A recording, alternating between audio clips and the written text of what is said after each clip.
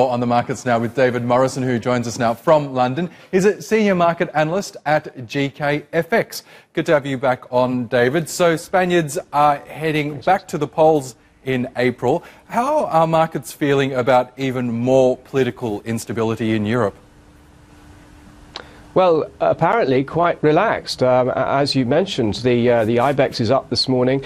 I suppose if we look at the euro against the US dollar, the euro has come under pressure. We're now below euro support of 113, or we were last time I looked.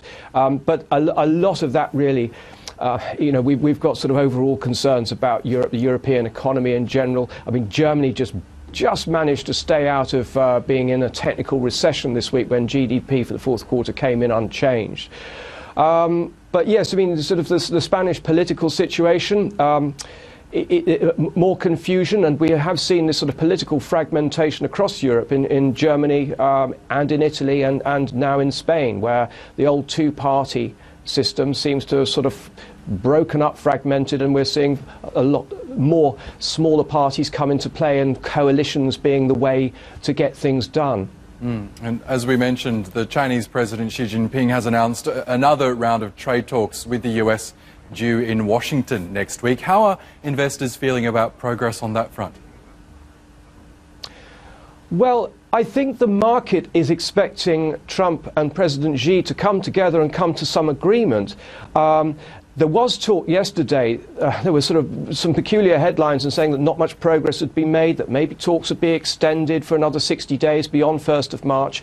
And if that was the case, I'm not really sure how good that is for the market, because we've already had a 90-day extension. Another 60-day extension means that there's still the tariffs in place. OK, they haven't gone up to 25% from 10%, but the tariffs nevertheless are still there.